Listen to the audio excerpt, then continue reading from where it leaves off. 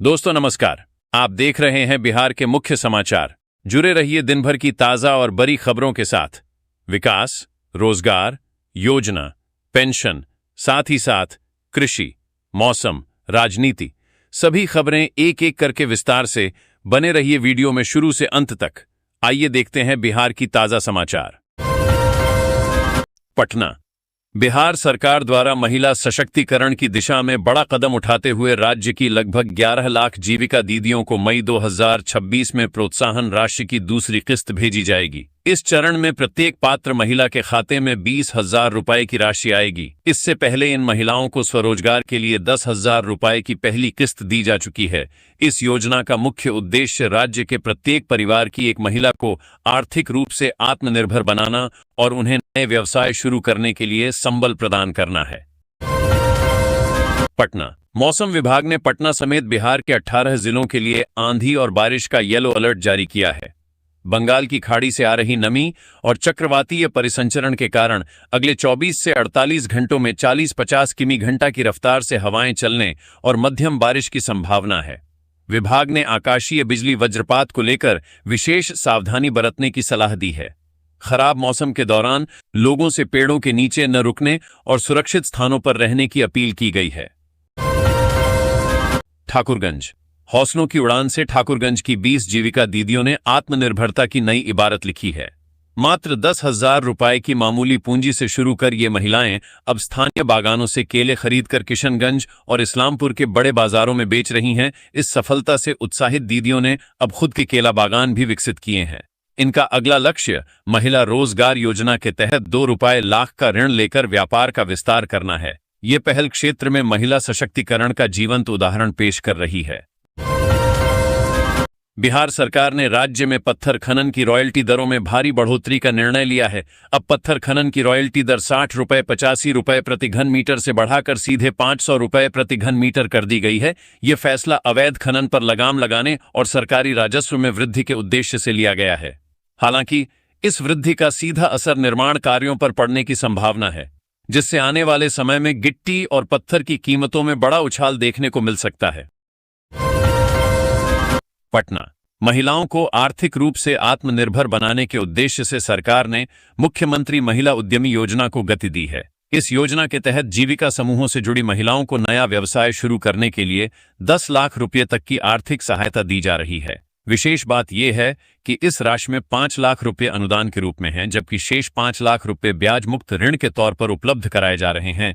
योजना का लक्ष्य ग्रामीण महिलाओं को मजदूर से मालिक बनाना है, जिससे वे खाद्य प्रसंस्करण, हस्तशिल्प और लघु उद्योगों के जरिए स्थानीय स्तर पर रोजगार के अवसर पैदा कर इससे न केवल महिलाओं का आत्मविश्वास बढ़ेगा, बल्कि अर्थव्यवस्था को भी मजबूती मिलेगी।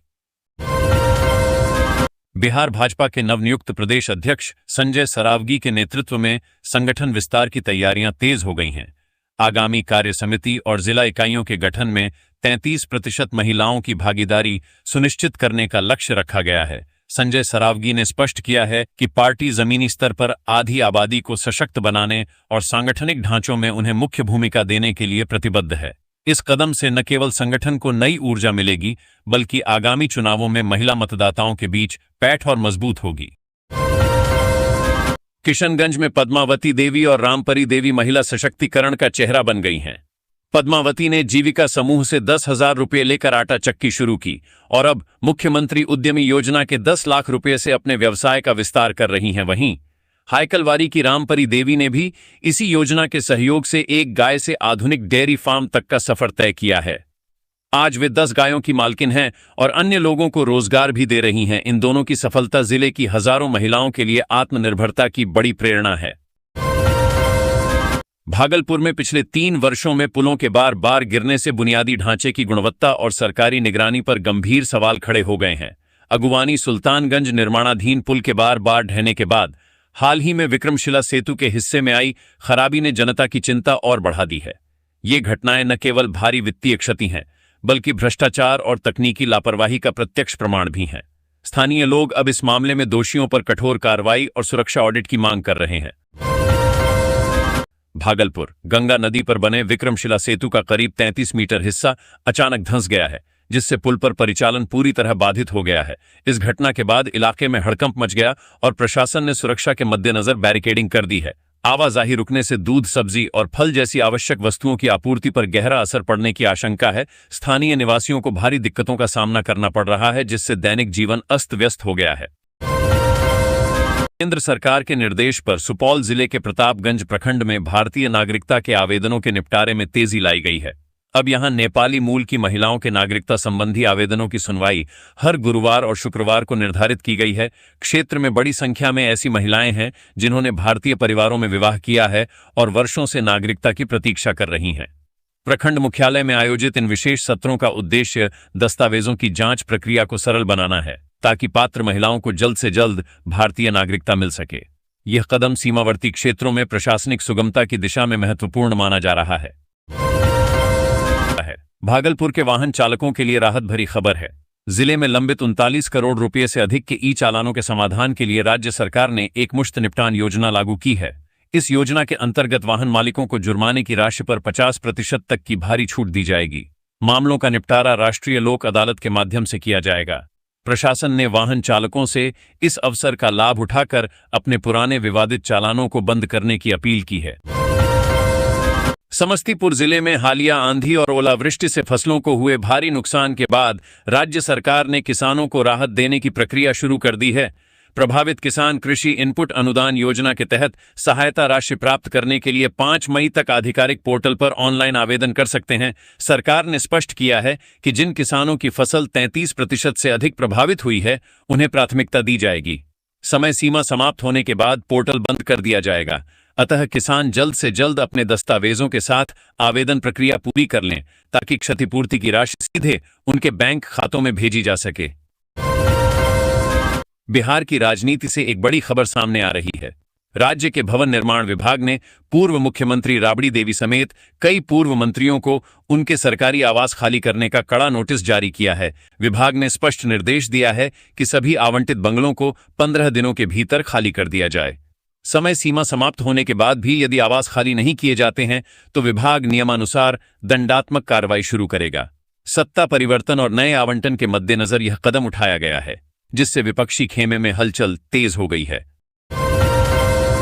तमिलनाडु विधानसभा चुनाव 2026 के रुझानों ने राजनीतिक गलियारों में हलचल मचा दी है। अभिनेता विजय की पार्टी तमिलगा वेत्री कड़गम टीवी के अपने पहले ही चुनाव में 100 से अधिक सीटों पर बढ़त बनाए हुए है। इस बड़ी सफलता के बीच चुनावी रणनीतिकार प्रशांत किशोर का एक पुराना वीडियो वायरल हो रहा है, जिसमें उन्होंने भविष्यवाणी की थी कि विजय की पार्टी अकेले दम पर बड़ा उलटफेर कर सकती है।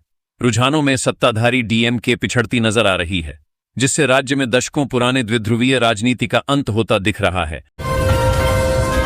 भागलपुर में प्रस्तावित ग्रीनफील्ड सैटेलाइट शहर योजना के कारण 3 प्रमुख प्रखंडों में जमीन की खरीद बिक्री पर लगी रोक ने रियल एस्टेट बाजार की कमर तोड़ दी है।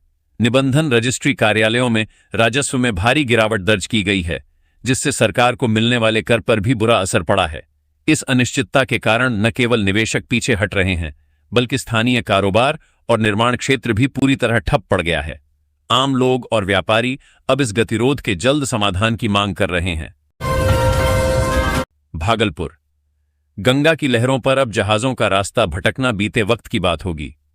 भागलपुर जलमार्ग को आधुनिक स्वरूप देते हुए ऑटोमेटिक आइडेंटिफिकेशन सिस्टम AIS से लैस किया जा रहा है। इस तकनीक के जरिए जहाजों की रियल टाइम लोकेशन और गतिविधियों पर पैनी नजर रखी जा सकेगी। इससे न केवल हादसों में कमी आएगी, बल्कि धुंध और खराब मौसम में भी मालवाहक जहाजों का परिचालन सुगम होगा।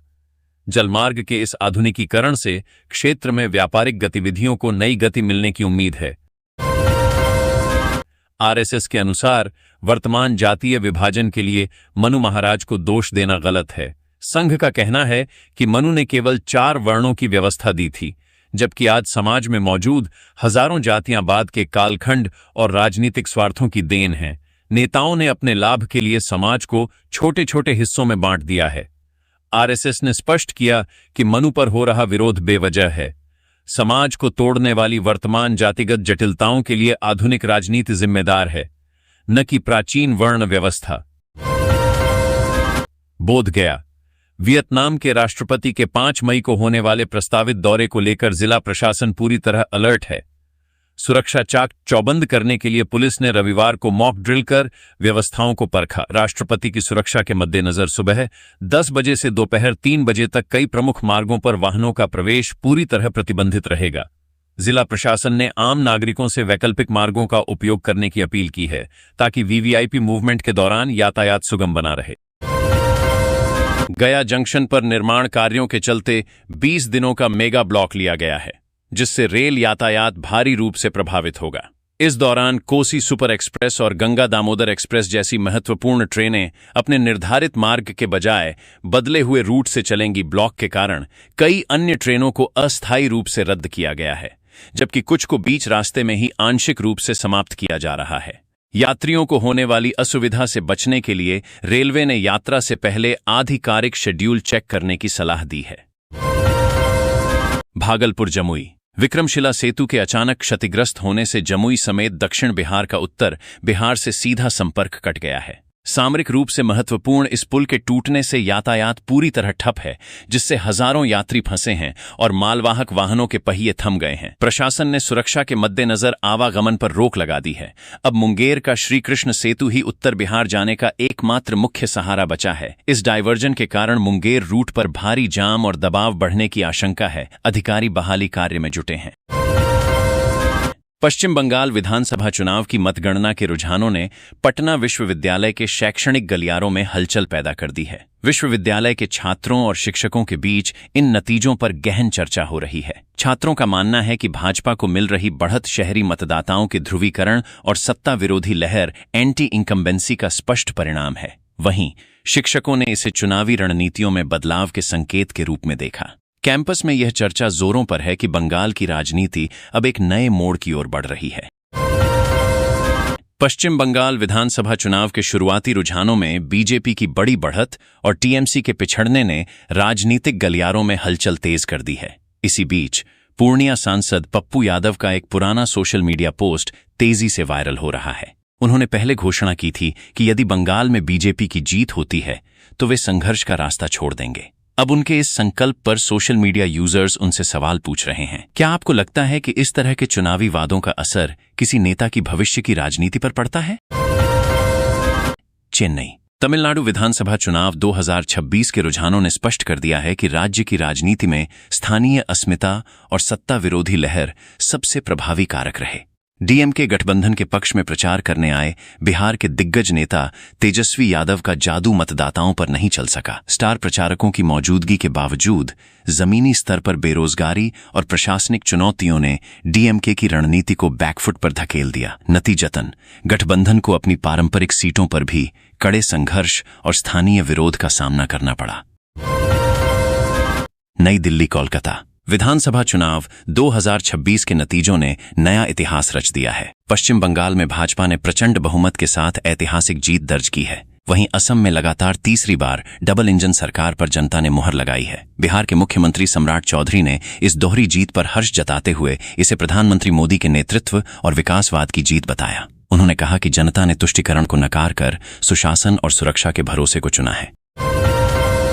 पश्चिम बंगाल विधानसभा चुनाव के शुरुआती रुझानों में एनडीए की शानदार बढ़त ने कार्यकर्ताओं में भारी उत्साह भर दिया है। कोलकाता से लेकर सिलीगुड़ी तक जीत का जश्न एक अनोखे अंदाज में मनाया जा रहा है।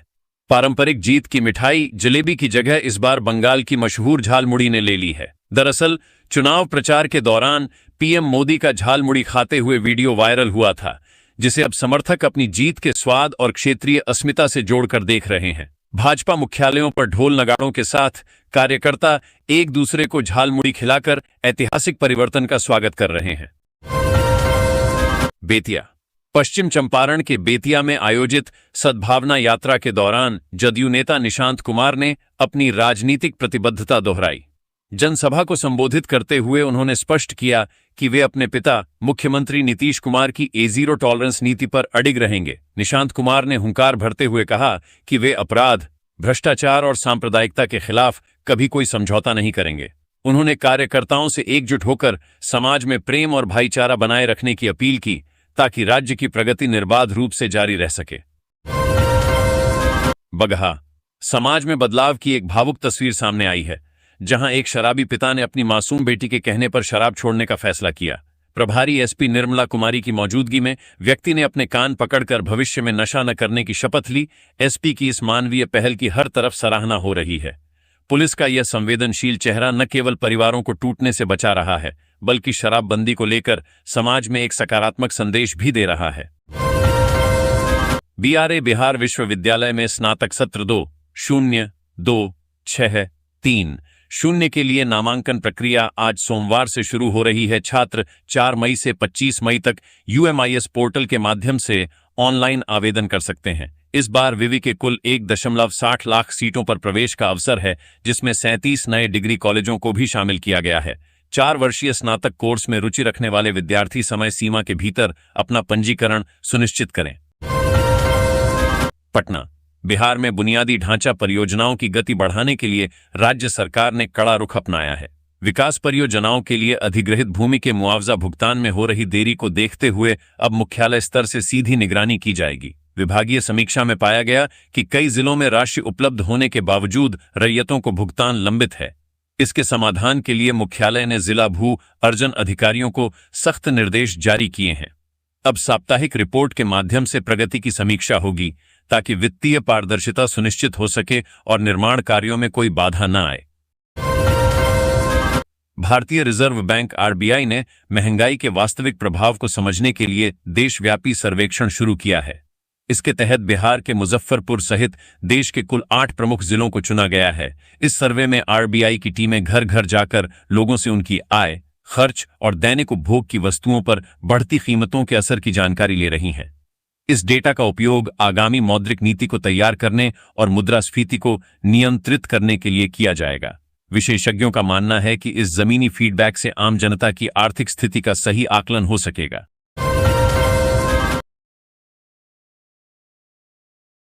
मुजफ्फरपुर, अपनी मिठास और खुशबू के लिए प्रसिद्ध मुजफ्फरपुर की शाही लीची पर इस बार प्रतिकूल मौसम की मार पड़ी है। विशेषज्ञों के अनुसार इस वर्ष उत्पादन में गिरावट आई है, जिससे बाजार में इसकी कीमतें बढ़ने की प्रबल संभावना है। बागवानी विशेषज्ञों का कहना है कि लीची में पूरी मिठास आने के लिए 20 मई तक का इंतजार करना होगा। इसके बाद ही इसकी आपूर्ति देश विदेश के बाजारों में विधिवत रूप से शुरू की जाएगी। अंतर्राष्ट्रीय बाजार में कच्चे तेल की बढ़ती कीमतों ने मुजफ्फरपुर के बेला औद्योगिक क्षेत्र को संकट में डाल दिया है। विशेष रूप से प्लास्टिक और बेकरी उद्योगों पर इसकी मार सबसे अधिक पड़ी है। कच्चे माल की लागत दोगुनी होने से उत्पादन में भारी गिरावट आई है, जिससे कई इकाइयां बंद होने की कगार पर हैं। उद्यमियों का कहना है कि लागत और बिक्री के बीच असंतुलन के कारण निवेश डूब रहा है, जिससे हजारों परिवारों की आजीविका पर खतरा मंडराने लगा है। छपरा में कानून व्यवस्था और सड़क सुरक्षा को पुख्ता करने के लिए सघन वाहन जांच अभियान चलाया गया। इस अभियान की कमान स्वयं SSP विनीत कुमार ने संभाली, जिससे पुलिस महकमे में सक्रियता देखी गई। जांच के दौरान हेलमेट, लाइसेंस और वाहनों के बीमा जैसे दस्तावेजों की गहनता से पड़ताल की गई। SSP ने अधूरे कागजात वाले चालकों को कड़ी चेतावनी देते हुए यातायात नियमों के पालन की हिदायत दी। इस कार्रवाई का मुख्य उद्देश्य शहर में अपराध नियंत्रण और सड़क दुर्घटनाओं में कमी लाना है। भोजपुर जिले में जनगणना 2027 की तैयारियां तेज हो गई हैं। जिले के 2 लाख से अधिक निवासियों द्वारा स्वघोषणा आवेदन भरने के बाद अब मकान सूचीकरण, हाउस लिस्टिंग का महत्वपूर्ण चरण शुरू हो चुका है। प्रशासन ने इस कार्य को पूरी तरह डिजिटल माध्यम से संपन्न करने का लक्ष्य रखा है। जिले भर में प्रगणकों को तैनात किया गया है, जिन्हें 31 मई तक सभी डेटा ऑनलाइन पोर्टल पर अपलोड करने का निर्देश दिया गया है। बगहा 2 प्रखंड के किसान यूरिया की किल्लत और मनमानी कीमतों से बेहद परेशान हैं। किसानों का आरोप है कि 267 रुपए की यूरिया की बोरी के साथ उन्हें जबरन नैनो खाद थमाई जा रही है, जिससे कुल खर्च 492 रुपए तक पहुंच गया है। लंबी कतारों और टोकन सिस्टम के कारण घंटों इंतजार के बाद भी मात्र 1 बोरी खाद मिल रही है। आक्रोशित किसानों ने खाद की कालाबाजारी रोकने और पंचायत स्तर पर वितरण की मांग उठाई है। पश्चिम बंगाल विधानसभा चुनाव में बीजेपी की बड़ी सफलता के पीछे शुभेंदु अधिकारी की भूमिका सबसे निर्णायक रही है। तृणमूल कांग्रेस के अभेद्य किले में सेंध लगाने और ममता बनर्जी को नंदीग्राम के सियासी रण में शिकस्त देकर उन्होंने भाजपा के लिए सत्ता की राह आसान की। मजबूत संगठनात्मक पकड़ और जमीनी जुड़ाव के कारण अधिकारी ने न केवल वोट बैंक को साधा, बल्कि टीएमसी के प्रभाव वाले क्षेत्रों में भगवा ध्वज लहराने में कामयाबी हासिल की। वे इस जीत के असली रणनीतिकार बनकर उभरे हैं। दक्षिण भारतीय सिनेमा के दिग्गज सुपरस्टार जोसेफ विजय थलपति विजय ने अपनी नई राजनीतिक पारी से तमिलनाडु की सियासत में हलचल पैदा कर दी है। अपनी पार्टी तमिलगा वेत्री कड़गम टीवीके के जरिए विधानसभा चुनाव में उतरकर उन्होंने सभी को चौंका दिया है। विजय ने साफ किया है कि वे अब सिनेमा छोड़कर पूरी तरह जनसेवा और भ्रष्टाचार मुक्त राजनीति पर ध्यान केंद्रित करेंगे। युवाओं के बीच उनकी जबरदस्त लोकप्रियता स्थापित राजनीतिक दलों के लिए एक बड़ी चुनौती बन गई है, जिससे राज्य का मुकाबला त्रिकोणीय होने की संभावना है। पश्चिम बंगाल के चुनावी रुझानों और भाजपा के प्रदर्शन पर गोड्डा सांसद निशिकांत दुबे ने बड़ा बयान दिया है। उन्होंने जीत का उत्साह बढ़ाते हुए कहा कि बंगाल के नतीजों ने एक बार फिर साबित कर दिया है कि प्रधानमंत्री नरेंद्र मोदी और गृहमंत्री अमित शाह की जोड़ी हिट है। दुबे ने सोशल मीडिया के माध्यम से कार्यकर्ताओं को बधाई देते हुए कहा कि जनता ने मोदी जी की विकास नीतियों और शाह की कुशल रणनीति पर मुहर लगाई है। उन्होंने इसे तुष्टीकरण की राजनीति के अंत की शुरुआत बताया।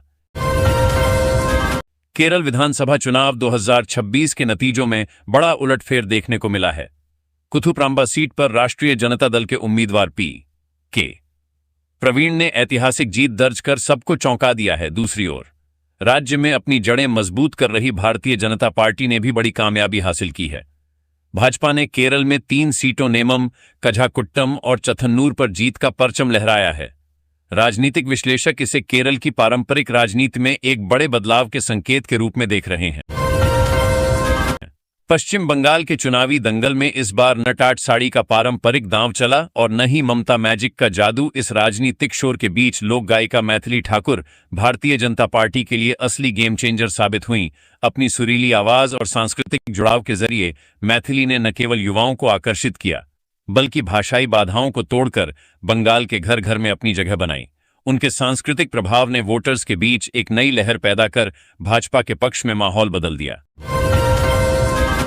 बिहार में प्रशासनिक कामकाज धीरे धीरे पटरी पर लौटने लगा है और वरिष्ठ अधिकारी काम पर वापस आ गए हैं। हालांकि राजस्व कर्मचारियों की हड़ताल अभी भी जारी है, जिससे जमीन से जुड़े काम पूरी तरह ठप हैं।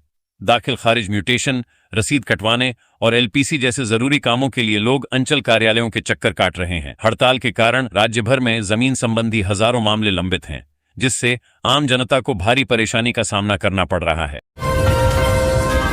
पूर्णिया धमदाहा के किसानों पर दोहरी मार पड़ रही है। पहले खराब मौसम ने फसल को नुकसान पहुंचाया और अब बाजार में मक्के का उचित दाम न मिलने से किसान बेहाल हैं। व्यापारियों द्वारा लागत से भी कम कीमत पर खरीदारी करने के कारण किसानों को भारी नुकसान हो रहा है। मजबूर होकर किसानों ने सरकार से गुहार लगाई है कि मक्के की न्यूनतम समर्थन मूल्य एमएसपी पर सरकारी खरीद जल्द शुरू की जाए, ताकि उन्हें इस आर्थिक संकट से बचाया जा सके। दरभंगा। पश्चिम बंगाल विधानसभा चुनाव में भारतीय जनता पार्टी की ऐतिहासिक जीत के बाद बिहार के दरभंगा में उत्सव का माहौल रहा। स्थानीय भाजपा कार्यकर्ताओं ने ढोल नगाड़ों और अबीर गुलाल के साथ सड़कों पर उतरकर अपनी खुशी जाहिर की। इस अवसर पर पार्टी नेताओं ने मिठाई बांटते हुए इस जीत को प्रधानमंत्री नरेंद्र मोदी के कुशल नेतृत्व, प्रखर राष्ट्रवाद और विकास की राजनीति की जीत बताया। कार्यकर्ताओं ने कहा कि जनता ने तुष्टीकरण को नकार कर विकास के एजेंडे पर मुहर लगाई है। राज्य के मॉडल स्कूलों में शैक्षणिक सत्र 2026-27 के लिए नामांकन प्रक्रिया शुरू हो गई है। इस बार चयन मेरिट मेधा सूची के आधार पर किया जाएगा। इच्छुक छात्र 8 मई तक अपना आवेदन जमा कर सकते हैं। शिक्षा विभाग के अनुसार गुणवत्तापूर्ण शिक्षा सुनिश्चित करने के लिए यह निर्णय लिया गया है। आवेदन प्रक्रिया पूरी होने के बाद अंकों के आधार पर चयन सूची जारी होगी। समय सीमा समाप्त होने के बाद किसी भी आवेदन पर विचार नहीं किया जाएगा। अभिभावक और छात्र आधिकारिक पोर्टल पर जाकर विस्तृत जानकारी प्राप्त कर सकते हैं। दरभंगा शहर का श्मशान घाट इन दिनों अंतिम संस्कार के बजाय आपराधिक गतिविधियों के लिए चर्चा में है। स्थानीय लोगों के अनुसार यह स्थान अब जुआरियों और नशेड़ियों का सुरक्षित ठिकाना बन चुका है, जिससे आम नागरिकों में भारी भय व्याप्त है। अंधेरा होते ही यहां असामाजिक तत्वों का जमावड़ा लग जाता है, जिससे सुरक्षा व्यवस्था पर गंभीर सवाल खड़े हो रहे हैं।